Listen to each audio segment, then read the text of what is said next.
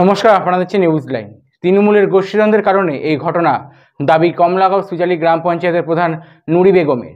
পাল্টা গাড়ি নিয়ে এসে বোমাবাজির অভিযোগ প্রধানের স্বামী আব্দুল হকের লোকজনের বিরুদ্ধে।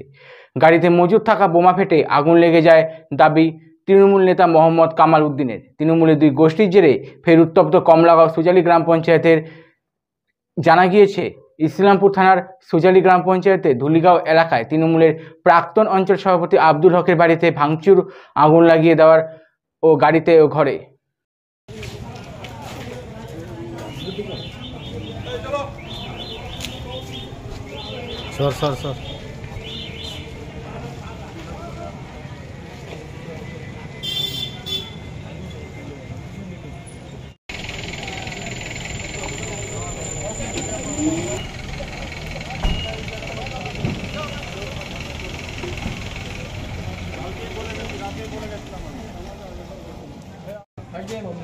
ना तो रहिए ना, रहिए अपना दुकान में कहीं नहीं रहिए।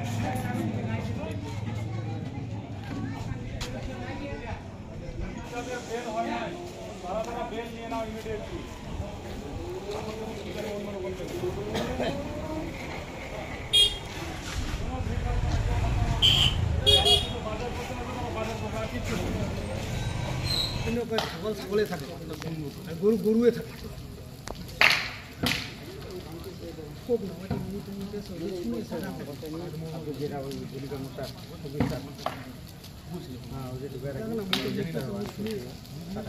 সুজালি গ্রাম পঞ্চায়েতে বর্তমানে প্রধান। আমার কোনো লোকজন ওখানটায় ছিল না।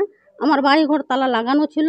পাশের দোকানে সিসিটিভি ক্যামেরা লাগানো আছে। আমার সিসিটিভি ক্যামেরা ছিল, প্রথমেই ওরা ভেঙে দিয়েছে। ওখানটায় সব দোকানে সিসিটিভি ক্যামেরা লাগানো আছে। ধামাচাপা যদি ওরা ব্যাপারটা না দেয়, তাহলে ওরা সিসিটিভি ক্যামেরার ফুটেজ দেখ। আপনারা ফুটেজগুলো ওপেন দেখতে পারবেন, কোন কোন নেতা দাঁড়াই ছিল আর কে কে আক্রমণ করেছিল।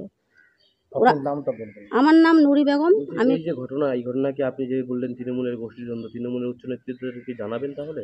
হ্যাঁ, আমি রাত্রেই জানিয়েছি, তৃণমূল উচ্চ নেতৃত্বে জানিয়েছি, প্রশাসনকে জানিয়েছি। এখন পর্যন্ত কাউকে অ্যারেস্টও করেনি, কোনো অ্যাকশনও নেয়নি।